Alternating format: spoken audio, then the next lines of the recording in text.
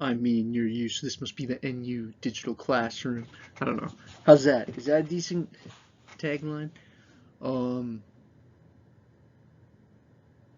I miss you. It feels like it's been a while since I made a video, and I did that other video to kind of, apologize for the delay and sort of explain what's going on a bit. But now that we get back to business, it's like, let's look at this next assignment. So the next assignment is this idea of looking at the psychosocial mind, or looking at these ideas of generativity and integrity, and these kind of core Erikson psychodynamic topics, psychoanalytic topics about adulthood. Great to see you, or spend time with you, and let's get into this. So throughout the 2 courses that we did together, we've been spending time looking at this idea of like, well, Erikson's psychosocial model, but when you really think about it, it's a really deep idea that actually, like, your psychology and your social world are so intricately connected that you're actually a psychosocial organism, that you make more sense psychologically. Well, you're a social organism that has evolved and developed socially, so much so that it's like only theoretical to separate your social self from your psychological or emotional self. And you'll notice that in a course like this, we even use the word social emotional, or usually they'll say it like socio-emotional, right? Like socio-emotional, but it's just like social and emotional. It's like that the social world and your emotions are intricately connected, and that they have this reciprocal influence on each other. And so Erikson had this idea, and we went over this, but just to kind of recap, that like at all these different stages of life, there's these different challenges that you're dealing with. And what I want to focus on here is these last 2 stages of life, that in middle adulthood, Erikson said that one of the key things that you're going to be focused on is like, are you doing anything that sort of matters moving forward, right? Like, he would look at things like also generating, right? Like, are you generating? Are you having any influence on the next generation, whether it's through teaching or some kind of instruction, or maybe through parenting, or maybe through some kind of religious or political affiliation, or maybe through some kind of coaching, or all these different kinds of ways. Because his worry was that if you didn't have that kind of connection to the next generation, you could be filled with this like kind of nihilistic stagnation, or like kind of get stuck in this like, what matters? Why does what I'm doing even matter? He said that this was kind of linked to this next stage that we're also kind of looking at in this assignment, is this idea of integrity, right? And your ego integrity. And remember, ego in the kind of beginning stages of the history of psychology meant almost the same thing as what we now mean by self. So this like part of Mike that's Mike, that when I think about who Mike is that thought process a happy one filled with integrity, or a negative one filled with despair? Right? And so Erikson said, just as the child's trying to develop trust, and just as the adolescent is trying to develop identity, or young adult intimacy, older adults are dealing with these ideas of generativity and integrity. It's super, super deep idea. So in a second I'll get to the actual questions. There's going to be 2 questions, you can have a choice. And as you can maybe guess, one question is going to relate to the idea of generativity, and one's going to relate to the idea of integrity. And I want to go over kind of the options I'm going to give you for how to do this assignment. And again, it's going to be kind of similar to some of the other ones, where there's going to be video option, audio, or written. So if you've taken other classes with me, you've seen this little blurb right up before, and I kind of use it on all the ones that are videos. And I just wanted to, the reason I say this isn't because I'm like not wanting to give you structure. It's more because I want to take the pressure off a little bit. I know that some people might be making videos for their first time, or like a little bit newer to things, or worried about how a certain thing sounds, or if there's background noise. Or I just want to make everyone feel like I'm gonna, yeah, see there, I want to be intentionally less prescriptive. Like, I want you to have freedom to express yourself based on your kind of tech and comfort level. You can make a reaction video, you can make a TED Talk style kind of scripted speech. You could have like a PowerPoint that you record into, like what I'm doing right now. Right? You could just use your phone and record something that you've sort of, and have like your bullet points hidden sort of on the wall behind your phone, and sort of talk about your topic for a few minutes. So just kind of like similar to the last one. So I've had quite a few students do this, and even if you're using like just your headphones that has the mic and doing it into the voice recorder of your phone, like students have been recording pretty decent quality, like pretty good quality podcasts. Like obviously there'll be a bit of background sound, but there's background sound in my stuff. It's like unless you have somebody doing kind of post-production, taking out that kind of stuff, it's pretty hard to have it perfect. So again, I'm going to have some flexibility for that kind of stuff. It's like I'm just kind of impressed people are trying it. This option's similar to the video mention method. You could either kind of prepare. I've had people do this where it's almost like they wrote a short essay and then kind of not performed it, but performed it, I guess, as like an audio essay. That's a kind of cool way of doing it. Or you can kind of have more of a discussion-based approach, kind of like a podcast. But since I'm kind of asking you to aim to be like under 10 minutes or whatever, because of that specific kind of limitation, it would make sense that you have at least somewhat of a script to stick to. Like you don't have to have word for word what you're going to say, but at least maybe the points you want to hit. And then the third option, right, is the kind of traditional option of just if you're not comfortable with the video or the audio, it's totally okay, and you can just do this as a regular paper. I put that 6-page minimum, 8 maximum.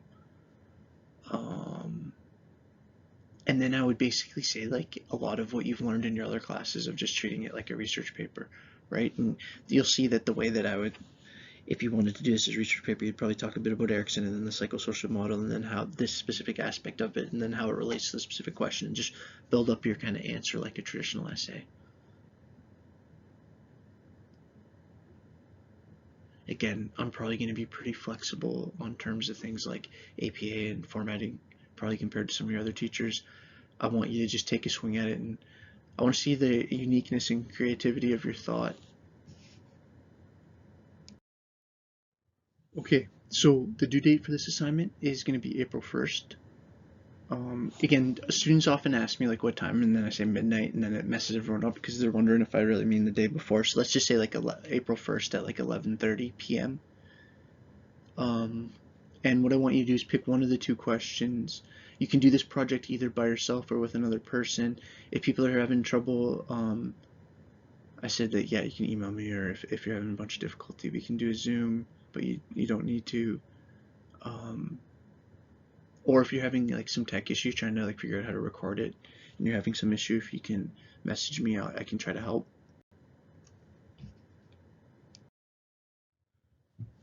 All right, Mike, enough already. Get to the questions. Okay, question number 1, option, generativity. When discussing middle adulthood, Erik Erikson proposed that establishing a sense of generativity is a key developmental task for the individual. We've discussed this idea in class in addition to the related threat of stagnation, which can emerge if there's a failure to establish generativity. Here's your question. How can this general idea of generativity become a guiding developmental goal for you personally as you move through adulthood? Right? So if we're saying that when you're older, you're going to care about if you have a connection to this generation, how could you actually use that understanding to guide your behavior or some of your choices as you move through adulthood? Use your answer to demonstrate a general understanding of the idea of psychosocial model, the idea of generativity versus stagnation, and how that idea applies to an individual's life. I want you to kind of think about how could this idea be more than just a theory? How could you actually operationalize it? And what I mean by that is like, how could you take it from an idea to a like strategy that you actually do and actually has an actual effect on your life? I say that please be specific in your answers with feeling full freedom for individual creativity, and I'll accept a wide variety of responses. It's going to be different for different people. There's no perfect specific answer I'm looking for here. I'm looking for what this question sort of means to you.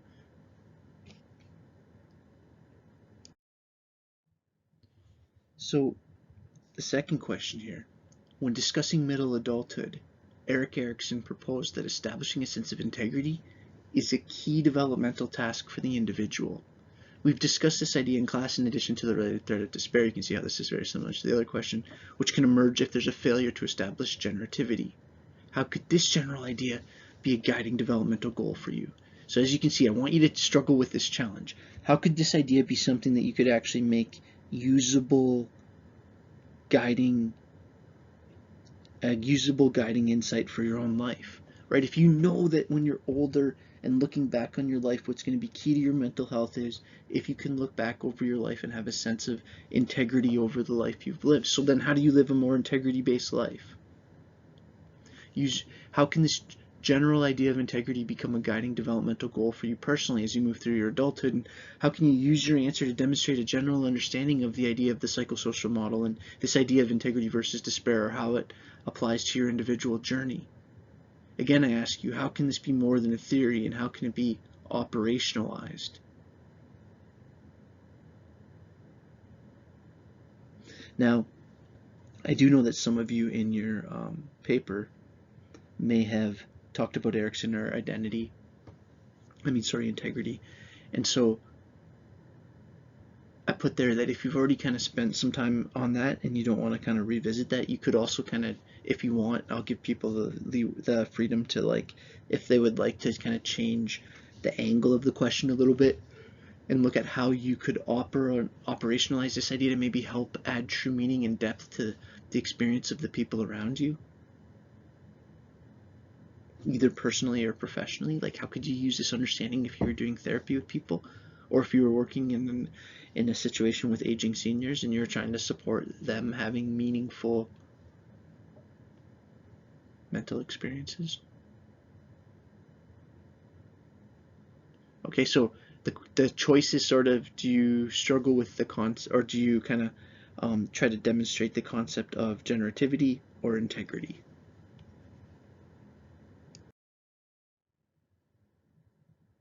I love doing these classes, and I think, like, interacting with you Nipissing students, you're such nice people and so kind and thoughtful, and it's like, it's added a lot of value and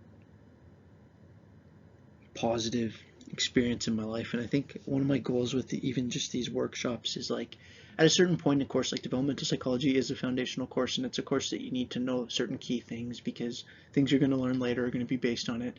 So I really need to kind of do two things, and I don't need to, but I kind of try to do two things with the course.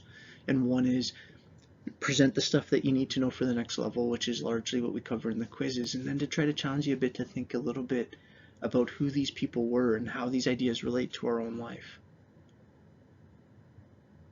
And yeah, I hope you see that, and I hope that makes sense to you. So thank you again for being awesome students. I'm going to be getting some content to you soon. The Death, Dying, and Bereavement Chapter 13 presentation will be next. But I just wanted to also be clear again that this is your last actual assignment, right? So by this point, your quizzes were related to chapters 8, 9, 10, 11, and 12. So those are all out already. And then you did the first workshop, and then this is the last thing. And then you can kind of, once this is done, relax with the course a bit, because then I'll be getting you like the Death, Dying, and Bereavement, the Dreams, the Ion, and the Iron and Silk presentations. Thank you. I have a little video here at the end for you. It's just a bit of a thinker one. All right, cheers. Take care of yourselves, and I'll see you soon, okay?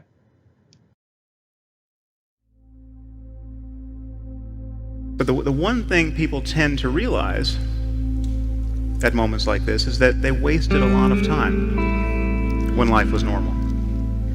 Okay, it's not just what they did with their time. It's not just that they spent too much time working or compulsively checking email. It's that they cared about the wrong things. They regret what they cared about.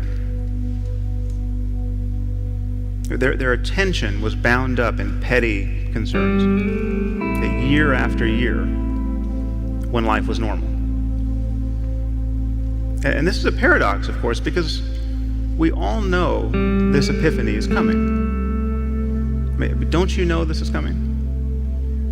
Don't you know that there's going to come a day when you'll be sick or someone close to you will die, and you'll look back on the kinds of things that captured your attention? Because even if you live to be 100, there's just not that many days in life. It is always now. However much you feel you may need to plan for the future, to anticipate it, to mitigate risks. The reality of your life is now. Our conscious awareness of the present moment is, in some relevant sense, already a memory. But as a matter of conscious experience, the reality of your life is always now. And I think this is a liberating truth about the nature of the human mind. In fact, I think there's probably nothing more important to understand about your mind than that, if you want to be happy in this world. The past is a memory. It's a thought arising in the present. The future is merely anticipated. It is another thought arising now. Okay, what we truly have is this moment and this. And we spend most of our lives forgetting this truth, repudiating it, fleeing it, overlooking it. And the horror is that we succeed. We manage to never really connect with the present moment and find fulfillment there because we are continually hoping to become happy in the future. And the future never arrives. Now, even when we think we're in the present moment, we're in very subtle ways always looking over its shoulder, anticipating what's coming next. We are always solving a problem. And it's possible to simply drop your problem, if only for a moment, and enjoy whatever is true of your life in the present. There are more connections in a single cubic centimeter of brain tissue than stars in our galaxy. And yet our inner experience offers absolutely no clue. We are subjectively unaware of most of what our minds are doing. And yet when we think about what matters is consciousness and its contents. That consciousness is everything. Our experience of the world, the experience of those we care about, is a matter of consciousness and its contents. So whatever the origins of consciousness, the most important question for us is how can we truly be fulfilled in life? How can we create lives that are truly worth living, given that these lives come to an end? So the frame we put around the present moment is important and largely determines our experience of it. But it seems possible, in fact, to experience life more nakedly than this, to experience it without an obvious frame. To pay attention to the present moment closely enough so that you're not doing anything to it. Now, you might feel that your consciousness is in your head or behind your face. But as a matter of experience, these are just more sensations arising in consciousness. The only evidence of your face and head is as sensation arising in consciousness at this moment. Whatever you can possibly notice in your body, in your mind, in the world, has only one place to appear: in your conscious experience. Now, I'm not saying this is all just a dream, but as a neurological matter, it is very much like a dream. It is a dream that is constrained by inputs from the external world. And the dreams we call dreams at night are dreams that are not constrained by the external world. But your mind is all you have. Okay, it's all you've ever had. It's all you have to offer other people. We are all trying to find a path back to the present moment and good enough reason to just be happy here. If you're constantly ruminating about what you just did or what you should have done or what you would have done if you only had the chance, you will miss your life. You'll fail to connect with it. You'll fail to connect with other people. Okay, but being the mere hostage of the next thought that comes careening into consciousness isn't useful. So if there's an antidote to the fear of death and the experience of loss that's compatible with reason, I think it's to be found here. The purpose of life is pretty obvious. We are constantly. Why do we create culture and form relationships? Beyond matters of mere survival. We are constantly trying to create and repair a world that our minds want to be in.